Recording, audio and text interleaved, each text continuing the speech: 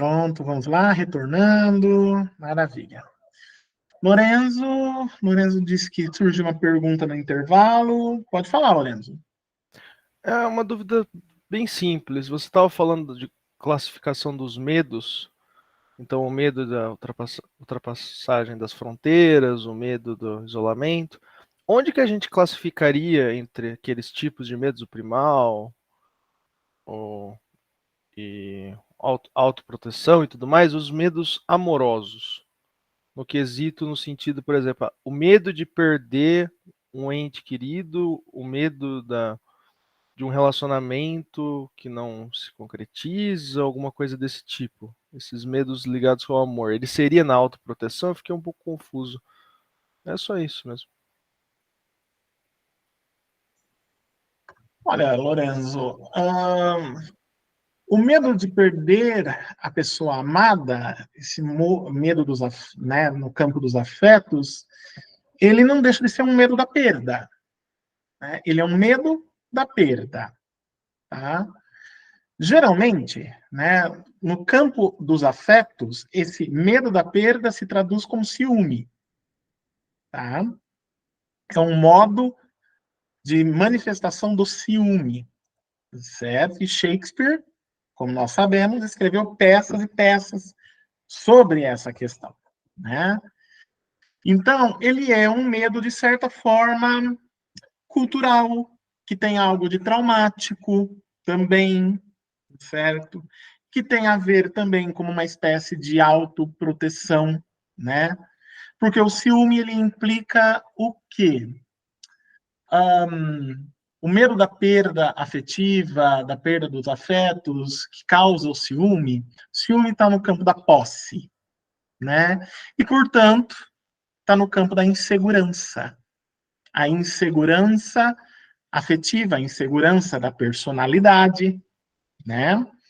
Então, eu diria que uma coisa importante, cuidado com a palavra classificação dos medos, tá? O que eu trouxe ali para vocês são modos de entendimento do medo, não são categorias, classificações, tá? O medo é muito maior do que isso, né?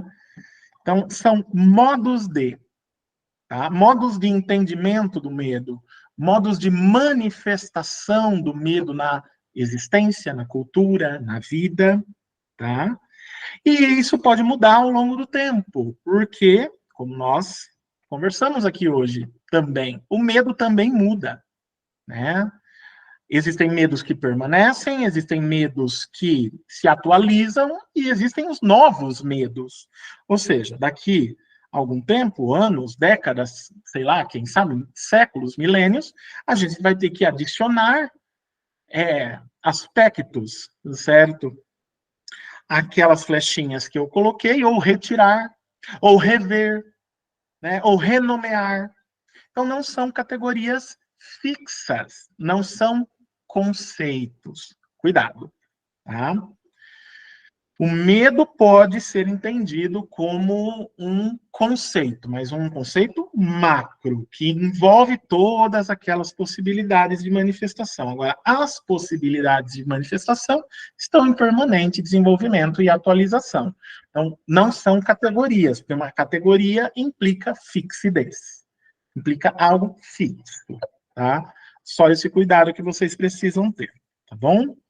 Mas, Lorenzo, então é isso. Eu pensaria, né, nesse medo, é um medo da perda amorosa, que implica insegurança de personalidade, que implica, portanto, autoproteção, está relacionado a uma forma de autoproteção. O ciúme, por exemplo, é uma forma de autoproteção em relação ao medo da perda. O trauma também geralmente, a insegurança afetiva advém de traumas, de algum tipo ou de questões de ordem cultural mesmo, imposições, né? Às vezes do seio familiar e tudo mais, tá bom?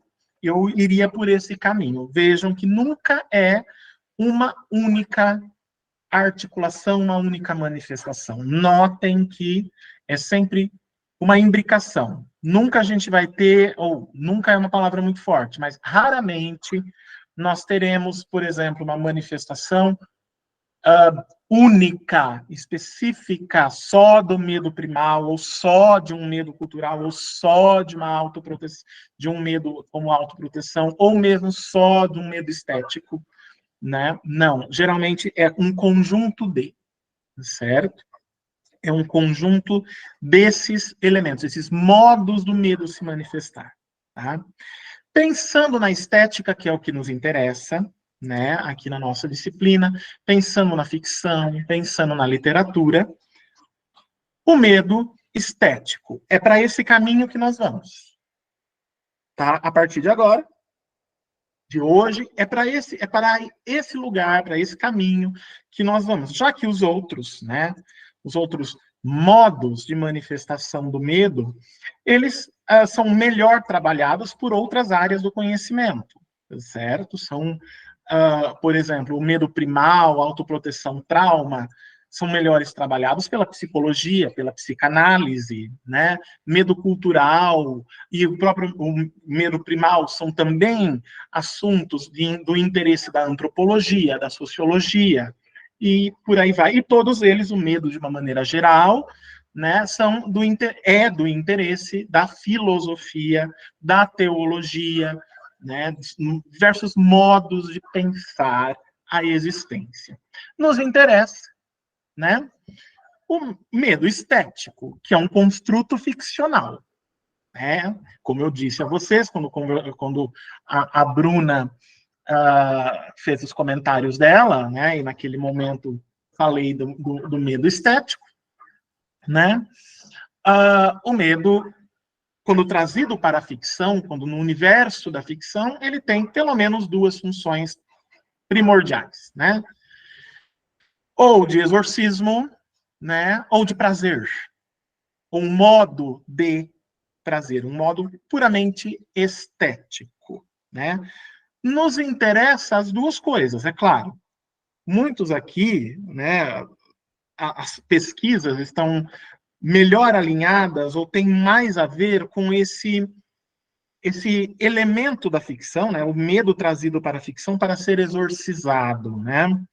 Porque, querendo-se ou não, a literatura, a ficção de uma maneira geral, tem uma dimensão terapêutica. Isso sempre foi assim. Sempre foi uma válvula de escape para as dificuldades, né? Porque ao colocar no contexto estético, você trabalha esteticamente aquilo. Você pensa sobre aquilo, né? É a arte, o artifício, não é? E com isso, soluções são encontradas, certo? Possibilidades são aventadas, não é? Então, sim, existe essa dimensão, sim. Geralmente, fazeres ficcionais que envolvem traumas coletivos, guerra, genocídio, pandemia, tem mais a ver com esse universo do exorcismo do medo. Buscar maneiras de se lidar com, de se resolver de alguma maneira, de se equilibrar de alguma forma, já que não pode ser apagado, não é? Refugiados e por aí vai. Nós temos todo um universo ficcional que se volta para essas questões, seja na literatura, seja no cinema, seja nas artes de uma maneira geral, tá? E nós temos, né, o medo pelo medo, o prazer estético, o lidar, né, com esse. E esse é um aspecto da ficção, né, um aspecto do medo que é um tanto quanto difícil de ser explicado racionalmente. Por quê? Não faz sentido em termos lógicos. Como assim? O medo representado numa obra ficcional me causa prazer. Eu gosto disso. Isso é um modo de autoconhecimento, de alguma maneira, porque a ficção sempre é um modo de autoconhecimento também, não é? É um modo de prazer. Eu gosto disso. Gosto tanto que, como um sido da vida, transformei isso no meu trabalho, nas minhas pesquisas acadêmicas, em produção de conhecimento sobre isso, né? Então, é um tanto quanto ilógico, um tanto quanto irracional numa perspectiva cartesiana e iluminista, algo desse tipo, certo? Como assim? Como pode a representação do medo numa obra ficcional causar prazer estético, né? Que por si só já é difícil de ser definido. O que é o prazer estético, né? Justamente isso, certo? É o prazer advindo da estética, né? Do construto, do artifício, da arte, né? O ser humano gosta disso, né? O ser humano inventou, faz a arte em todas as suas manifestações. Uma das N explicações para isso é justamente, né, o prazer que isso causa, né? Um dos pensadores que melhor explica ou não, certo? Essa questão do prazer estético, de uma maneira geral, ele não trata do medo, né? E nem de suas manifestações na ficção. Mas ele trata do prazer estético gerado pelo ficcional, especialmente pela literatura, é o queridíssimo Roland Barthes, né? No famosíssimo texto O Prazer do Texto, tá? Que eu recomendo a todo mundo, caso não conheça, ou não tenha lido, fica como uma sugestão, fica como uma recomendação. Tá? É um exercício louco o que o Barthes faz ali. Não é só teoria literária, não é só crítica, tem elementos de ficção ali também, certo? Então, recomendo O Prazer do Texto do Barthes para vocês entenderem um pouco melhor, né, quem deseja se aprofundar um pouco mais nisso, nessa questão do prazer estético. Mas a questão é, o medo é uma manifestação do prazer estético, certo? Ele causa isso, né? Ele é um fazer ficcional, ele é tão presente no fazer ficcional que ele vai modular um gênero de ficção, né? Que é o famoso gênero gótico de ficção, certo? E vai se tornar também um modo de fazer ficção, certo? Ao longo de toda a história da literatura e de todos os fazeres ficcionais de uma maneira geral, tá? Então ele vai sempre ser modulado também. Nós vamos falar melhor sobre isso ao longo da disciplina toda, mas na próxima aula e nas outras também, tá bom? Como, né? Hoje eu só vou falar como, eu não vou dar maiores explicações, que teremos uma aula inteira sobre isso, e, de certa forma, até chegarmos nessa aula, já estaremos falando disso, né? Mesmo porque estou seguindo uma perspectiva mais cronológica por uma questão didática, né? Então, como que a ficção vai... como que a ficção vai veicular, encontrar uma linguagem, né? Uma estrutura, uma forma, certo? Um mecanismo de construção para veicular algo tão subjetivo quanto o medo. São basicamente duas técnicas que se desenvolvem, cada uma delas, em manifestações radicais. Tá? Antes de eu rapidamente falar sobre elas, tá? Temos aqui, deixa eu ver quem levantou a mão, temos o Danilo. Professor, tá dando para me ouvir? Certo. Você falou que o terror na ficção ele é uma representação estética do medo, certo? É uma representação do medo estético. Mas quando esse terror, na própria ficção, ele tenta representar algum medo abstrato, ele ainda pode ser considerado estético? Por exemplo, dando um exemplo assim bem bobo, o meu maior medo da minha vida é ser enterrado vivo. Existe um filme chamado Enterrado Vivo. Eu gostar de assistir esse filme ainda pode ser um apreço estético ou pode ser considerado outro tipo de medo? Quando nós estamos no campo da ficção, Danilo, tudo é estético. tá? Não existe algo que não seja do campo da estética. Quando a gente está no campo da ficção, nós estamos no campo da estética. Então, veja bem, o medo estético, precisa que fique claro isso, tá? Não é o terror. O terror é um dos mecanismos que a ficção se utiliza para veicular o medo. O estético é o efeito que o medo causa em você, quando veiculado pela ficção, quando trabalhado pela ficção. É o que você vai sentir em relação ao medo, tá? Então, por exemplo, você tem medo de ser enterrado vivo, tem um filme que se chama Enterrado Vivo, ou você leu o conto Barril de Amontilado do Poe, em que isso acontece, factualmente. Alguém é enterrado vivo.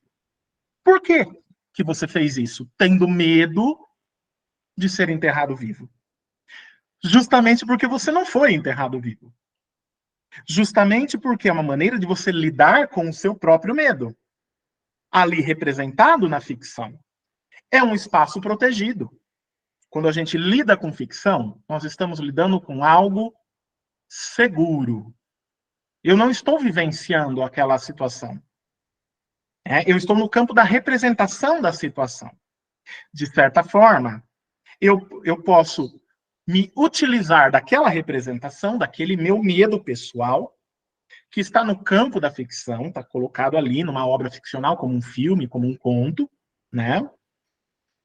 Para eu também encontrar maneiras de lidar com o meu próprio medo. Certo? Então, isso é praticamente, é absolutamente comum. Certo? É muito comum isso acontecer. Né? A pessoa vai consumir a ficção de terror, a ficção de horror, né? Como uma maneira de tentar aprender a lidar com os seus próprios medos, que são reais. A ficção é uma versão do real. Ela está dentro do imaginário, certo? Ela não é a realidade em si. Então tem uma certa sensação de proteção quando eu lido com a ficção. Mesmo aquelas ficções mais fortes, mais impactantes, o meu consciente nunca perde de vista que eu estou lidando com ficção. Eu não estou lidando com a realidade. Eu estou lidando com a ficção. Eu não estou lidando com a realidade. E quando eu estou lidando com a ficção, tudo é possível. Não existem limites. A realidade tem. A realidade há limites. Na ficção, não. A ficção não tem limites. E é essa falta de limites da ficção que eu gosto, que eu consumo, que eu leio, que eu assisto. Por que ela não tem limite? É justamente o que falta na realidade empírica. A gente sempre vai buscar, na obra ficcional, dentro de uma leitura psicanalítica, aquilo que nos falta. Né? Não consigo lidar com o medo, vou buscar modos de lidar com o medo. Melhor lugar de fazer isso na ficção, porque no mundo real é bastante difícil de se tentar lidar com o medo no mundo real. Porque o medo é um efeito, é uma reação. Eu não paro para pensar racionalmente sobre ele enquanto ele está ocorrendo, pelo contrário. Né? O medo cessa o pensamento racional. É puramente instintivo, é autoproteção. Eu saio correndo. Eu não fico parado para pensar no porquê que aquela barata me causa medo, por exemplo. Tá? Agora, a ficção não. A ficção, como ela é um espaço seguro, você está fora dela, você não está dentro dela. Né? Você consegue, né? Ali, sei lá, quem tem medo de barata, lê a Metamorfose do Kafka inteira, por exemplo, certo? Sendo aqui bem assim, radical, né?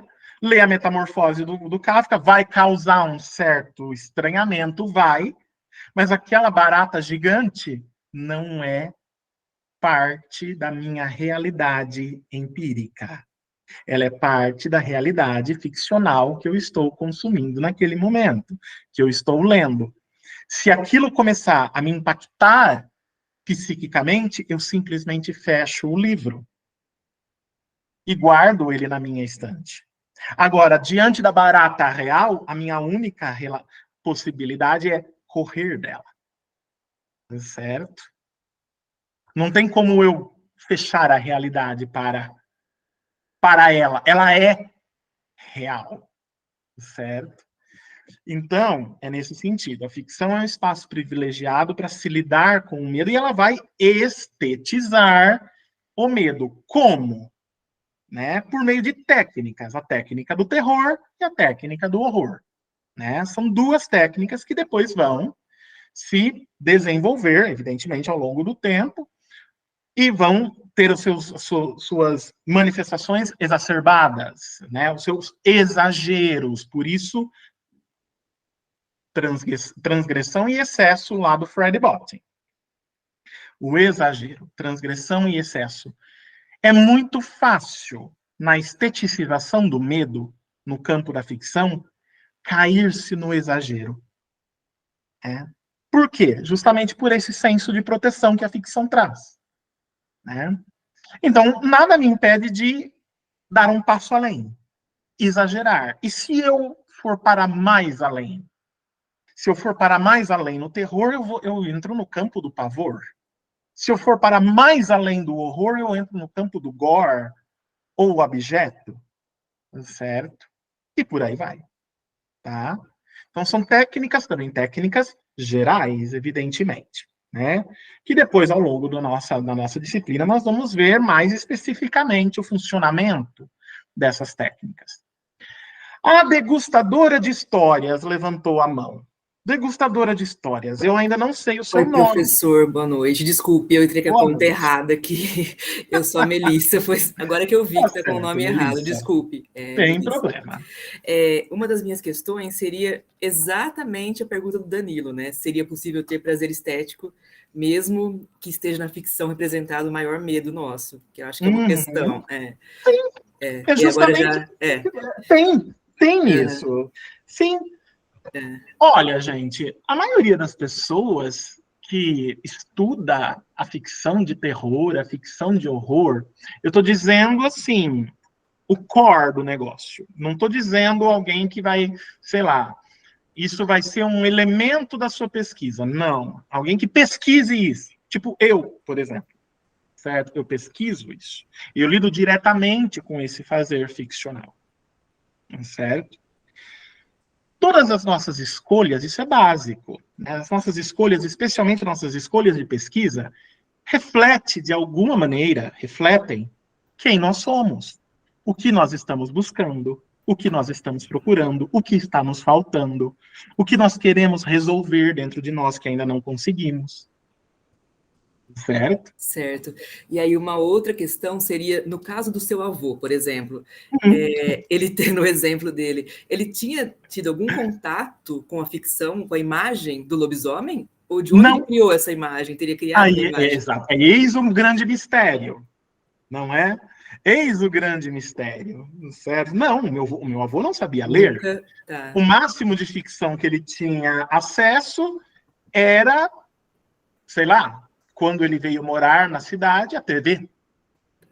Né? A TV era o máximo de acesso de ficção, mas ele nunca gostou de ficção.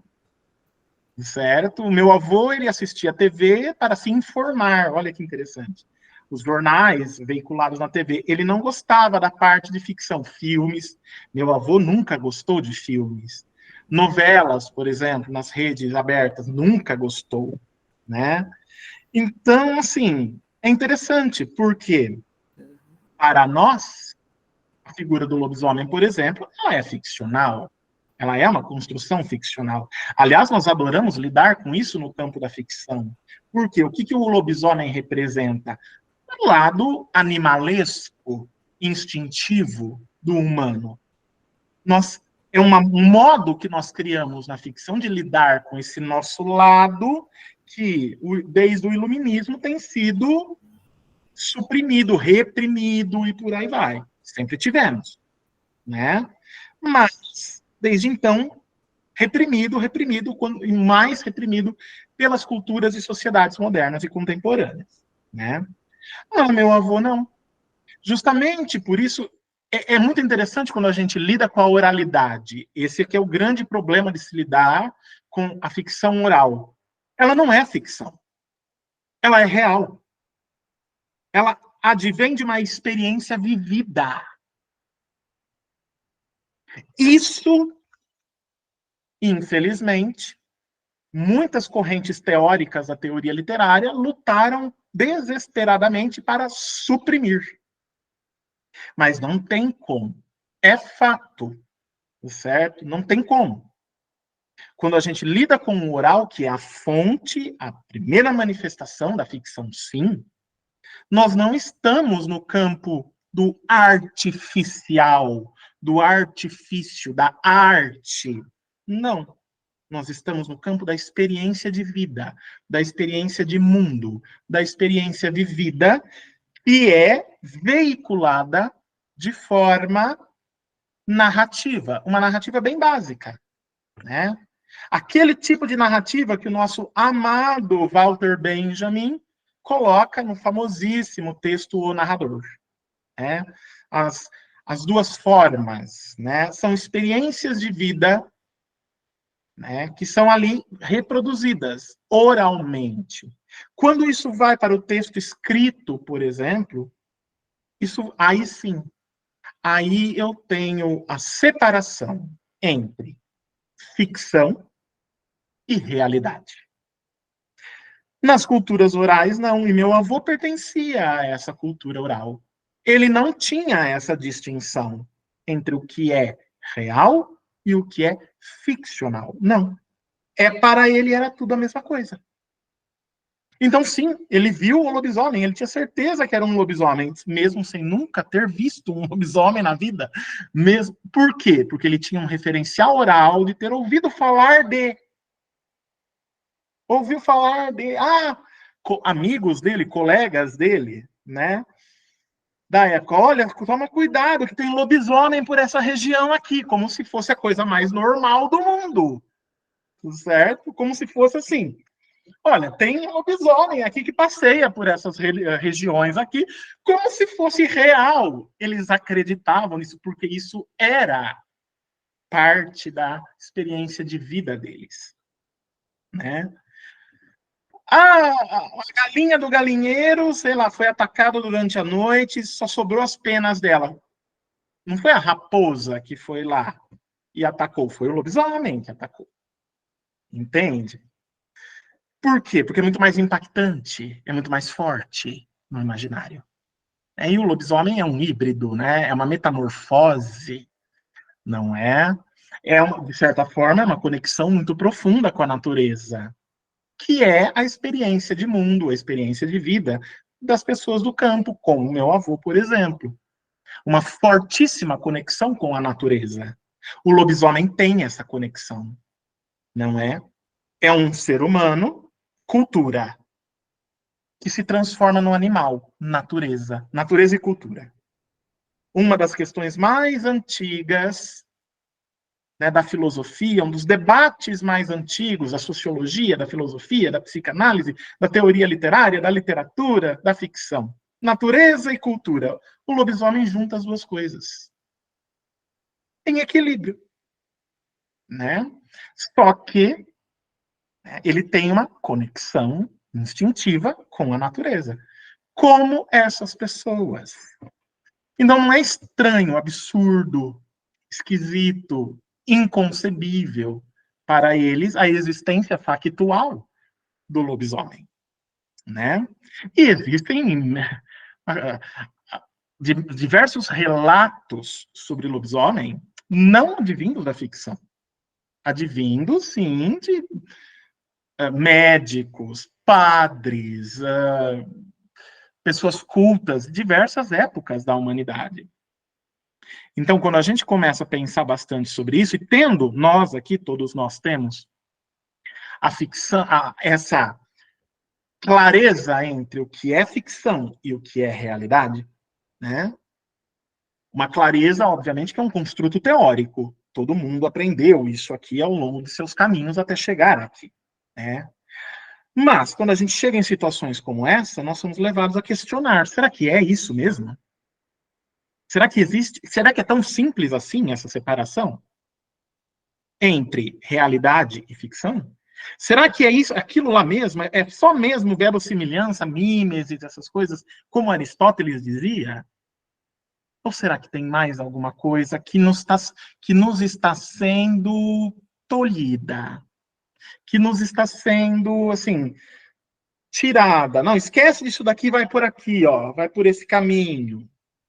Sabe? Às vezes eu tenho essa sensação. É por isso que eu gosto tanto dos pensares da ficção, do universo do pós-estruturalismo, do pós-moderno. Por quê? Eles questionam, né? Eles questionam essa distinção, esses limites, percebem? Eles transgridem, excedem esses limites impostos pela teoria literária tradicional, de base aristotélica, né? Portanto, metafísica, certo? Não, peraí, não é bem assim. Olha, por exemplo, esse relato, esse causo advindo da oralidade, não é? E a gente tem diversas outras questões que poderiam ser trazidas aqui. Isaac Asimov escreveu ficção científica. É ficção científica, é um escritor de ficção científica. Mas eis que ele, no seu universo de ficção científica, construtos, robôs, uma sociedade altamente tecnológica, ele cria ali para usos ficcionais, puramente ficcionais, as 3 leis da robótica, ele chama dessa forma. Que todos os robôs dentro do seu universo precisam seguir para serem robôs. Ele está trabalhando na ficção, ele criou isso no contexto da ficção. Para fins de desenvolvimento do seu fazer ficcional. E como que, de repente, a ciência cartesiana iluminista, a ciência que nós temos na nossa realidade empírica, se apropria dessas 3 leis e todos os robôs seguem essas leis.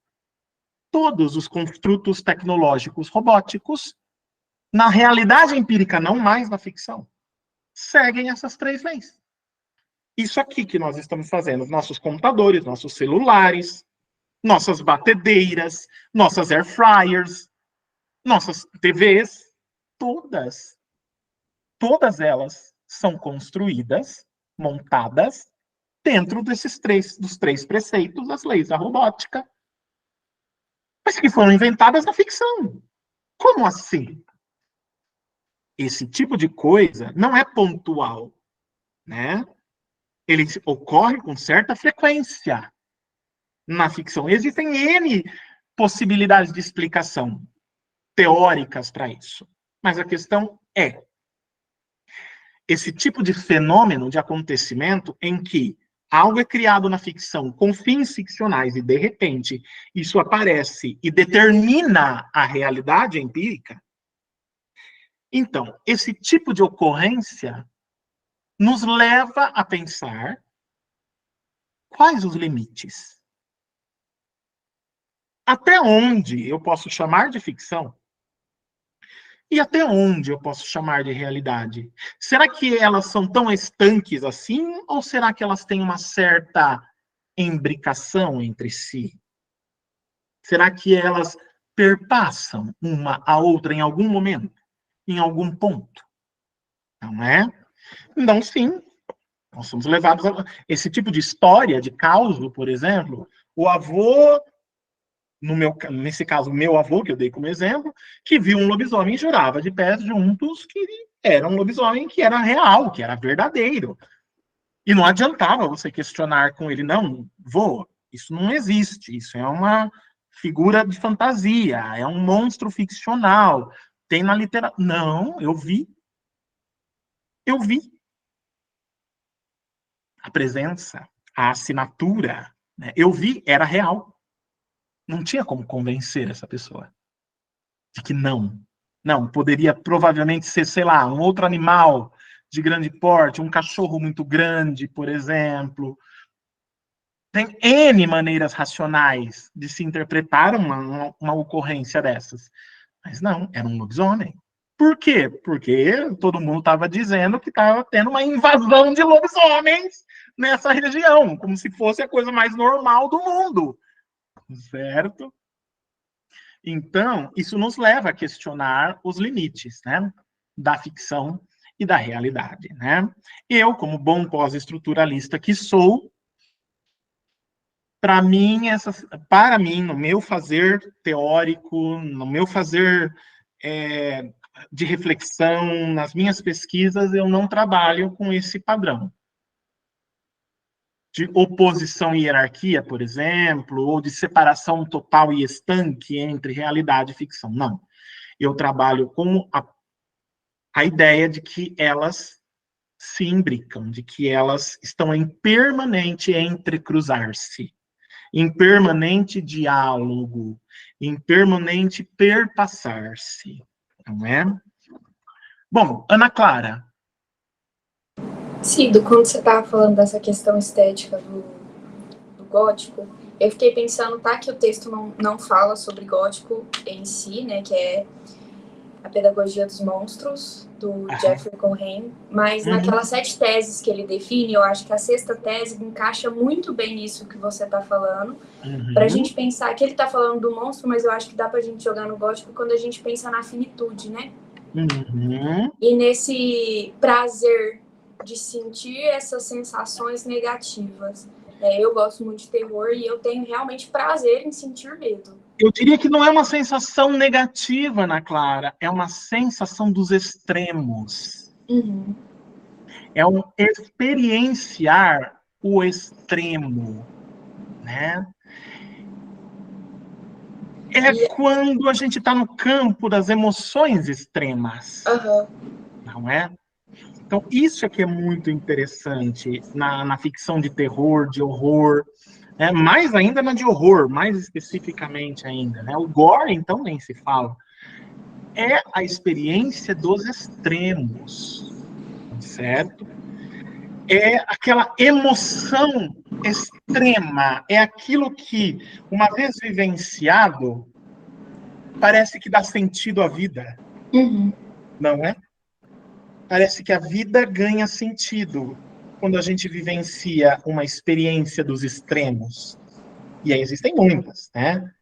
O gore, o abjeto, que a gente vê principalmente no cinema, né? Tem na literatura, mas é menos, mas principalmente no cinema, ele é essa experiência, a experiência do extremo, certo? Aquilo, assim, chega às raias do absurdo, certo? Sendo o absurdo uma estética, né? Tem o teatro do absurdo. O absurdo é uma estética em si mesmo, né? Então eu penso que não é uma questão, não é um negativo, não, que o negativo ele tem, né? A ideia de negativo está relacionada ao mal. É uma questão moral, né? Então ela é problemática, né? Ela é assim. O que é negativo para você pode ser positivo para mim e vice-versa, né? Então ela é relativa. Agora, quando a gente pensa numa estética dos extremos, pautada pelo excesso e pela transgressão, as duas palavrinhas-chave do texto de Fred Bottin, né? Aí sim, aí nós estamos. Isso é uma maneira de definir a estética, ou melhor, o medo estético, certo? O medo na ficção. O medo representado e desenvolvido na ficção, certo? Uma experiência dos extremos. É quando as fronteiras são invadidas, é quando os limites são transgredidos, é quando a contenção é excedida, é quando as coisas... Parece muito a definição do que o Humberto Eco vai falar na História da Feiura, né? De certa forma, sim. Sim. Então, ler, consumir, assistir ficção de terror, ficção de horror, e estudar isso, investigar isso, né, academicamente, pesquisar isso, você está sempre lidando com uma experiência de extremos.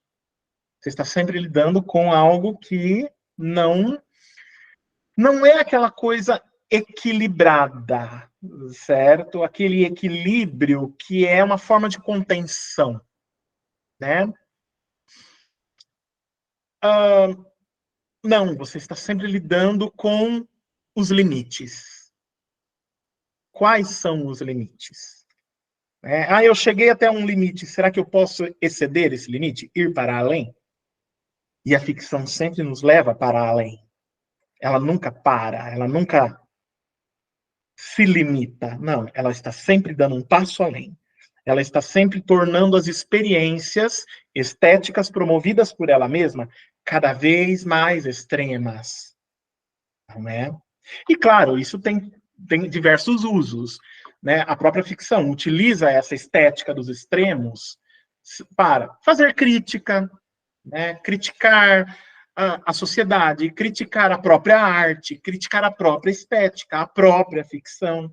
Mas também ela se utiliza disso pelo simples prazer estético. Simples assim.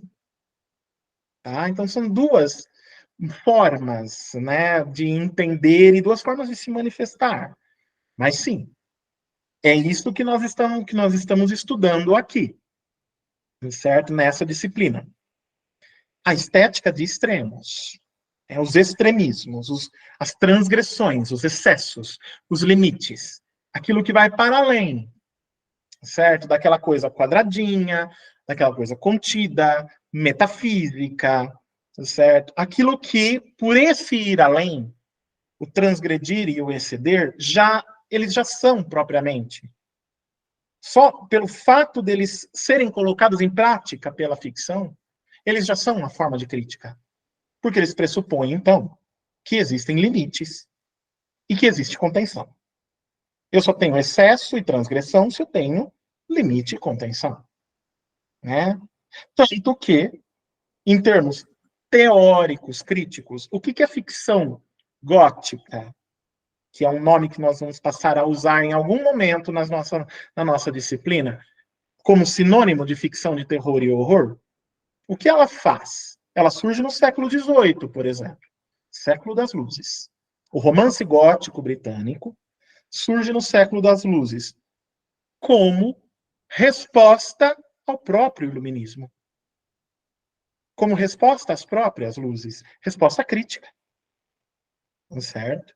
Como excesso, como transgressão a isso. Peraí, vocês estão jogando superstição, sobrenatural, embaixo do tapete, como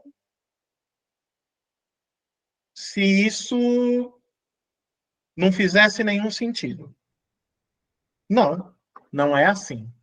Certo? Tudo que você joga para baixo do tapete, fatalmente vai voltar. Vai demandar o seu quinhão, vai cobrar o seu preço. Por quê? Porque você está reprimindo, suprimindo, excluindo, silenciando. Você não está incluindo. Aquilo que você inclui não vai te causar problemas. Aquilo que você exclui vai. Certo? Vai. Tá? Então, sim, a ficção de terror, a ficção de horror, pelo seu próprio mecanismo de funcionamento, uma experiência de extremos, transgressão, excesso, tudo isso são bases do terror, do horror, do gore, do pavor, certo? Ela vai criticar, ela vai reagir. É um fazer ficcional de reação a um status quo dado, que é sempre um status quo da metafísica ocidental, patriarcal, eurocentrado e diversas outras questões que vocês, diversos outros adjetivos que vocês queiram adicionar aí. Heterogendrado, branco e por aí vai. Tá? Realista. Fazer ficcional realista. O que é o realismo literário? Enquanto movimento, não enquanto estética. Não enquanto técnica de fazer ficção. Enquanto técnica de fazer ficção, ele existe desde Homero. Certo? Vocês devem ter lido aí. Alguém deve ter lido o canto 11 da Ilíada. Certo? Por exemplo. É poesia. Realista. Está descrevendo um ritual de magia negra. Em detalhes, inclusive. Certo? Ensinando a fazer. Inclusive. Então, não. Enquanto técnica de escrever ficção sempre existiu. Agora, em dado momento, ele vira um movimento literário. Ele vira um gênero. Certo? Ele era já originalmente um modo de fazer ficção, uma maneira de. Aí, de repente, ele vira um gênero. Quando? No século XIX. Herança de quê? Do iluminismo e do positivismo. Certo? Então, por exemplo, é um movimento literário inteiro, certo? Que propaga os elementos, as ideias iluministas e positivistas. É lógico, minha gente, que iluminismo e positivismo eram necessários, tinham que acontecer, não tenho a menor dúvida, né? Mas, eis o grande problema. Eles cometeram os mesmos erros de tudo que veio antes deles. Que é, ao invés de incluir aquilo que é diferente, certo? Tá, não acreditamos em superstição, isso não é científico. Perfeito. Mas, não vou jogar isso fora. Isso pertence a um grupo cultural, por exemplo. Isso é um modo de entender a realidade. Não está nem certo nem errado. Certo? É só uma maneira de compreender a realidade. Só isso. Nós estamos propondo outra, e está tudo bem, está excelente. Não, não foi isso que eles fizeram. Eles propuseram outra, excelente, maravilhosa, que funciona muito bem até hoje, principalmente no campo científico, certo? Excelente. Mas eles não pararam por aí. Não bastou simplesmente propor uma nova maneira de pensar a realidade, uma maneira racional, lógica, científica. Não. Eu quero que ela seja a dominante. Eu vou excluir todas as outras. Excluir. A palavra é excluir. A palavra não é simplesmente. Não, é excluir. Foi o que foi feito. E o realismo veio para ser a pá de cal em tudo isso. A exclusão suprema de todos os outros fazeres ficcionais que o precedem. E são muitos. O maravilhoso, a fantasia, a ficção de terror e horror. Tudo vem antes do movimento realista. Então, eles excluíram. Obviamente que isso vai voltar. E voltou. E voltou. Certo? Mas, Cido, isso não voltou durante o realismo, por exemplo, com Machado de Assis? Aí é que tá.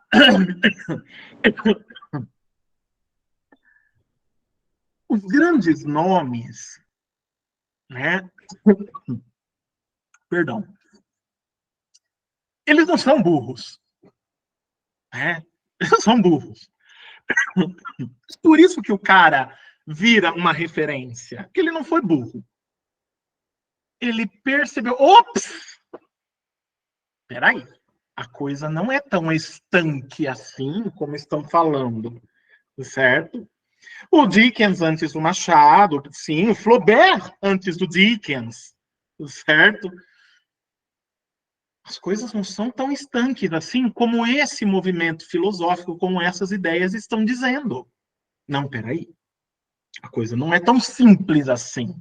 Não é eu simplesmente vou lá e excluo. Não, peraí. Certo? Não tenho como eu excluir um modo de pensar a realidade de 3, 4 mil anos de idade, assim, do dia para a noite. Não. O que eles fazem? Eles transformam em método, em modo de fazer ficção. Eles se utilizam, tanto Dickens, o Flaubert, o Machado, para criar cenas impactantes. Eles percebem, opa, peraí, isso daqui pode ser uma técnica muito interessante para eu criar o efeito que eu desejo no meu leitor. Lembrem-se que eles são artífices da palavra. Nada ali é por acaso, tudo foi minuciosamente pensado para criar efeitos no leitor, para manipular o imaginário do leitor. É isso que os grandes ficcionistas fazem.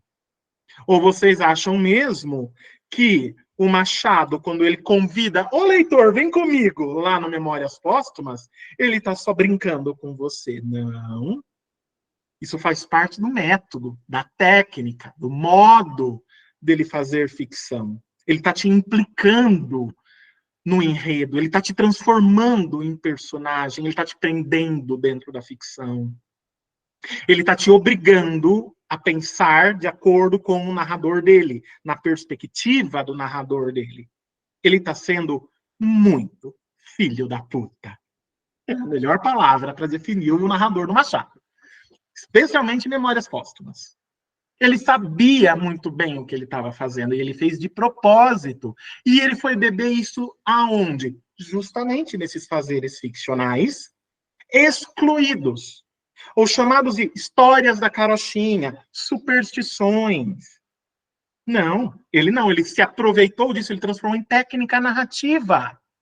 É o que o Dickens faz, é o que o Machado faz, é o que o Eça de Queiroz faz, é o que vários outros mestres fazem. O Machado, enfim, o Poe, que alguém mencionou em algum comentário, se não me engano, que apareceu aqui para mim agora, certo? É isso. Ele foi lá e o que ele fez? Não, isso daqui não vou excluir. Eu vou transformar em técnica. Opa, funciona muito bem. Funcionou em Homero, né?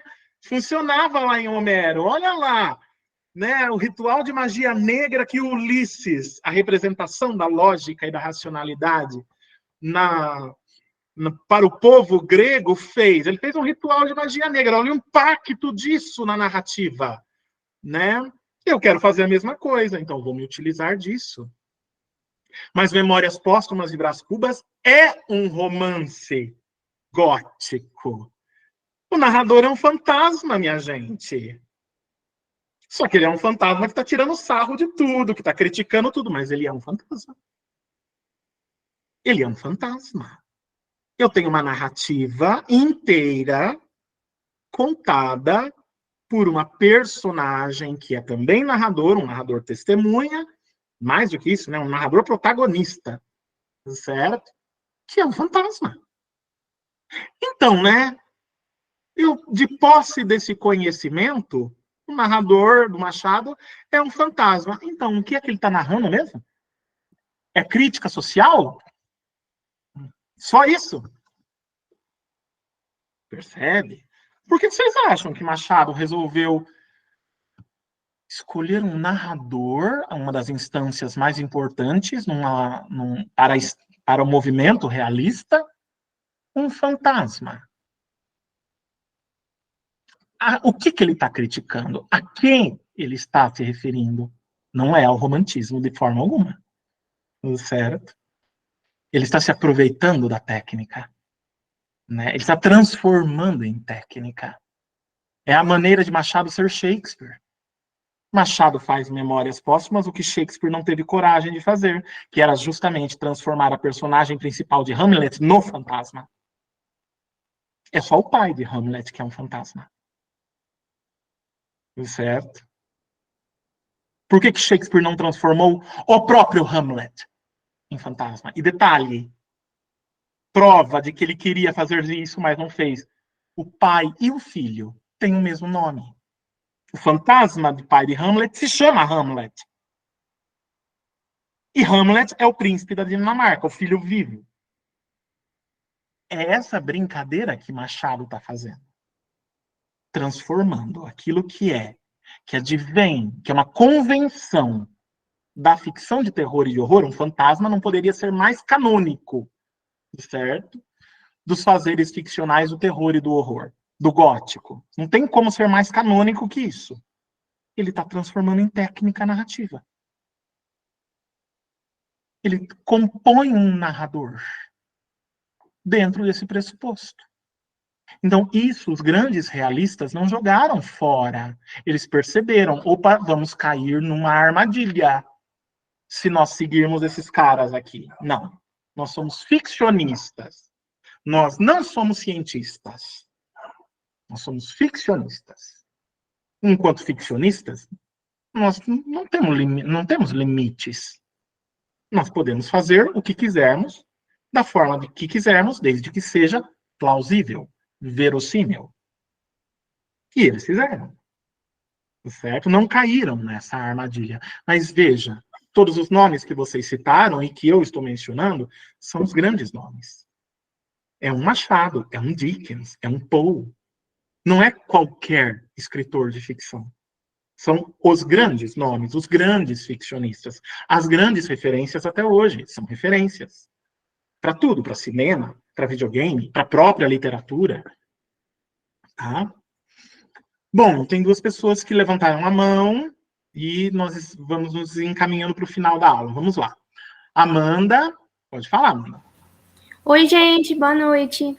Então, só nessa questão de colocar imparcialidade e facticidade como essas únicas formas de ver e descrever o mundo, como preconizava lá o iluminismo, eu já me lembro que ela estava já satirizada no Jonathan Swift, com Gulliver's Travels, né? Essa coisa de a linguagem ser capaz de entregar a verdade, mas, enfim, nem era isso que eu ia falar, não. Na verdade, eu ia até deixar para falar depois, no debate das clássicas, mas aí eu decidi pegar carona, né, e tentar costurar algumas das discussões que foram feitas até o momento, e pensando também nas discussões que foram feitas no seu artigo e no Boring com relação ao campo estético, né, e essas implicações de realidade e de ficção. É que algo que sempre me coloca ali, me incomoda e me põe para pensar é essa relação entre forma e conteúdo, e como essas duas instâncias ali, elas são, obviamente, inseparáveis, né? Inclusive para a criação da experiência estética. E no seu artigo, está dito o seguinte, ó, eu vou citar agora, que a atmosfera e o cenário trabalham juntos para construir um ambiente assustador. Então, eu fiquei pensando, né, nessa economia narrativa ali para criar essa experiência do medo, falar o necessário para isso, né, que o povo vai chamar de precisão matemática ali. E outra coisa ainda dentro, né, desse sentido ali de mobilizar os elementos certos para criar, para essa construção gótica e para obtenção de um possível efeito, eu também estava pensando na questão da híbris, né, no caso dos heróis clássicos. Porque a híbris, ela tem esse caráter de transgressão, de inconformidade mesmo do ser humano com aquilo que lhe é próprio, né? Quando ele quer alguma coisa ou alguma condição que é divina. Mas também a híbris, ela é esse descomedimento, né? Esse emoção violenta ali, é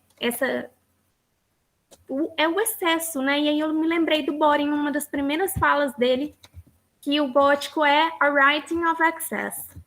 E aí, nessa linha da híbris, também acabei lembrando, por exemplo, de Wuthering Heights, que é o excesso, é a narrativa do excesso ali. Mas é só um exemplo gritante mesmo, porque eu amo essa obra. Mas eu fiquei pensando, e aí a pergunta agora, até que ponto, se for o caso, né, essa estetização do medo, ela vai depender, nessa toada de exceder a razão, do fator sublime. Não só dentro da narrativa, né, mas para a gente que está lendo ali, como vocês mesmos estavam falando, tanto que em Dante tem a questão do aviso ali, né, no inferno, e que serve para nós também, enquanto leitores, porque é aquilo, eu reconheço a grandeza e eu respeito aquele evento, mas de uma posição que, pelo menos supostamente, ela é segura. Então, queria tentar entender melhor até que ponto isso depende desse sublime de eu estar numa posição em que aquilo supostamente não me afetaria diretamente. Não sei se eu me fiz clara, mas seria nesse sentido. Olha, Amanda, isso vai depender do seu entendimento de sublime, né? Nós vamos ter uma aula só sobre isso, certo? Então, talvez o melhor seja a gente ter essa aula e manter a sua pergunta em vista ao invés de respondê-la, porque senão eu vou ter que adiantar a aula sobre o que é o sublime, certo? Para responder a essa sua questão. Então, não perca ela de vista, traga ela novamente quando nós formos tratar de sublime, que vai ser, quer ver? Na aula, deixa eu ver. Na aula 7, 5 de maio. Tá? Ela é inteira dedicada ao sublime, certo? E aí nós vamos descobrir, né? Só dando um sneak peek aqui para vocês, o que é o sublime? Dentro de uma certa reflexão teórica, é um sinônimo de horror e de terror. E aí? né? É isso. Então, fica aí a questão, certo? Então, isso que você falou que te incomoda, né? Forma e conteúdo e tudo mais, exatamente, né? A grande questão é uma outra coisa importante também dentro da sua fala, né? A ficção de terror e de horror, ela não vai trabalhar só com excessos e transgressão, certo? Ela tem uma estrutura, certo? Isso que eu escrevo no meu texto, por exemplo, eu estou me referindo a uma questão chamada locus horribilis, que é um dos três elementos estruturais, certo? Típicos da ficção de terror e de horror. É a estrutura, o locus horribilis. Espaço, ambientação, decoração, não é? Nós vamos tratar disso também. Nós vamos tratar disso também na nossa aula 11, inteiramente dedicada a isso, inteiramente dedicada aos três elementos, né, que compõem qualquer obra ficcional de terror e de horror. O locus horribilis, o retorno do passado e a monstruosidade, o monstro. Certo? Então, calma. Todas as suas perguntas serão regiamente respondidas, tá bom? Vamos lá, Bruna. Então, na verdade, considerando a fala do senhor, da Clarinha, enfim, todo mundo que veio aí antes, eu lembrei muito pra ler. Bruna, não tô te ouvindo, acho que deu um corte de som. Voltou? Voltou, agora sim. Aí. O que eu lembrei muito, considerando a fala do senhor, da Clarinha, etc., de quem veio antes, é o livro ficcional que eu escolhi para ler para a aula de hoje, que é o Livro das Maravilhas. Uhum. E justamente por eu nunca ter tido contato com algo desse tipo, eu achei muito peculiar como a fala do senhor sobre o extremo dar o sentido da vida é aplicado dentro desse texto. E a narrativa que mais me interessou foi justamente aonde uma criança ela é decepada, enfim, Pois é.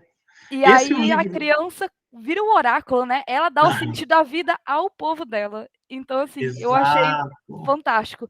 E além disso também, quando o narrador convida no final o leitor a, se você for falar isso ao rei, você me leva junto também. Que é justamente o que o Machado vai fazer no exemplo que o senhor deu. Então, assim, eu achei fantástico. Exatamente. Esse O Livro das Maravilhas, gente, é um caso muito interessante, porque ele recai no problema que a gente estava conversando um pouquinho antes, os limites do que é ficção e do que é realidade. Sim. Os relatos que são trazidos nesse livro, todos eles, desde o Philinion até todos os outros, são relatos recolhidos da oralidade e pressupõe-se que são reais, que aconteceram. Sim. Eles Certo? dão até aquela marca de veracidade de aconteceu em tal lugar, em tal ano, com tal imperador. Exatamente. E aí, né? Então, no Philinion, ele está tratando de vampiro. Sim. Nesse outro texto aí, ele está tratando uma ressurreição dos mortos. Então, percebem? É a Híbris. A Amanda falou da Híbris, sim. A Híbris é o grande indício no mundo clássico, na ficção clássica, da presença do terror e do horror, da presença do sublime, para usar a terminologia que você usou, certo? A Híbris, a desmedida, né? É a transgressão aos limites, o ir para além da determinação dos deuses, né? Isso é punido, mas essa punição tem um certo limite, certo? Ela tem seus senões. Por exemplo, Antígona, né? Antígona é um caso interessantíssimo. A peça Antígona. Ela é proibida de fazer as exéquias dos irmãos mortos. Né? Proibida pelo tio de fazer as exéquias dos irmãos, do Polinices e do outro que eu esqueci o nome, certo? Ela é proibida. O que ela faz? Ela transgride. Ela transgride a lei. Ela excede a lei. É uma forma de híbris isso. Ela foi lá e representativamente fez as exéquias. Jogou montinhos de terra sobre os cadáveres dos irmãos. Ela foi descoberta e ela foi condenada por ter descumprido a lei. Só que ela foi condenada, condenação dela é outra híbris. Ela não poderia ter sido condenada daquela forma. Ela foi condenada a ser enterrada viva. Ela foi condenada a entrar viva em Hades. Isso é uma híbris. É outra híbris. Então, ela fez uma híbris e foi condenada a uma híbris. E aí? Onde fica a coitadinha da Antígona nessa brincadeira? Né? Como assim? Né? Então, percebem, eu tenho uma dupla híbris, né? Se é que isso é possível, né? Se é que isso é possível, né? Estou exagerando aqui, tá, gente? Então, perceba, né? O condenador, né? Quem condena a Antígona a ser enterrada viva, né, na caverna, né? Ele gerou uma híbris para si próprio, né? Ele vai ter que pagar aquilo, e o pagamento vai ser terrível, né? Porque ele vai morrer nas mãos de Medeia, a grande bruxa, né? Transformado, adoro o termo que quem que é? A Medeia do Sófocles, né? Ele e a filha, né? A filha viram espuma de sangue depois de colocar a roupinha que a Medeia deu de presente de casamento, certo? Envenenada, obviamente, né?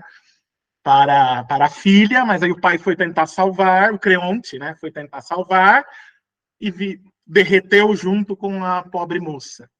Esse é o pagamento. É dessa forma que a híbris que Creonte criou em relação à Antígona é paga. Uma morte medonha, horrenda, certo? Horrenda. Uma das cenas mais assim, gore da literatura grega clássica, né? É gore essa cena, uma cena gore, eles viram espuma de sangue, certo? É uma coisa horrível, né? Vira quase um cenobita, os dois corpos fundidos juntos ali pelo feitiço terrível, a poção terrível jogada pela Medeia na roupa, né? Enfim. Então, minha gente, estamos caminhando super bem, tô adorando a participação de vocês, maravilhoso, tá? Tô amando. Hoje a gente não conseguiu entrar nas obras para conversar, para debater, não tem problema, tragam isso para a nossa próxima aula, tá? A gente conversa um pouco sobre isso antes da gente entrar na Idade Média, da gente entrar no universo do terror e do horror na Idade Média, tá bem? Então, as leituras que vocês fizeram, né, das aulas para a aula de hoje não vão ser jogadas fora, não, pelo contrário. As questões que vocês trouxeram, né, as problemáticas que vocês trouxeram foram extremamente produtivas, certo? Então, é isso mesmo, esse é o caminho. É para isso que estamos aqui, para conversar juntos, construir conhecimento juntos, tirar dúvidas e tudo mais. Não deu tempo? Não tem problema. A aula que vem, no começo da aula, a gente vai falar um pouquinho dessas obras clássicas aqui, agora na perspectiva das trevas, do medo, que vocês já estão aí questionando, problematizando, dominando.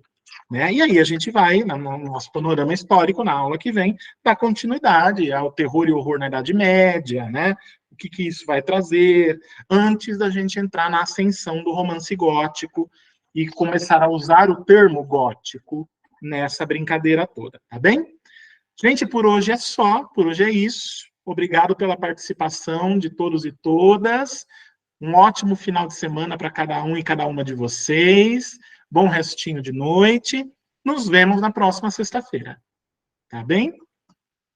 Até mais, gente. Tchau, tchau. Vou parar aqui a gravação.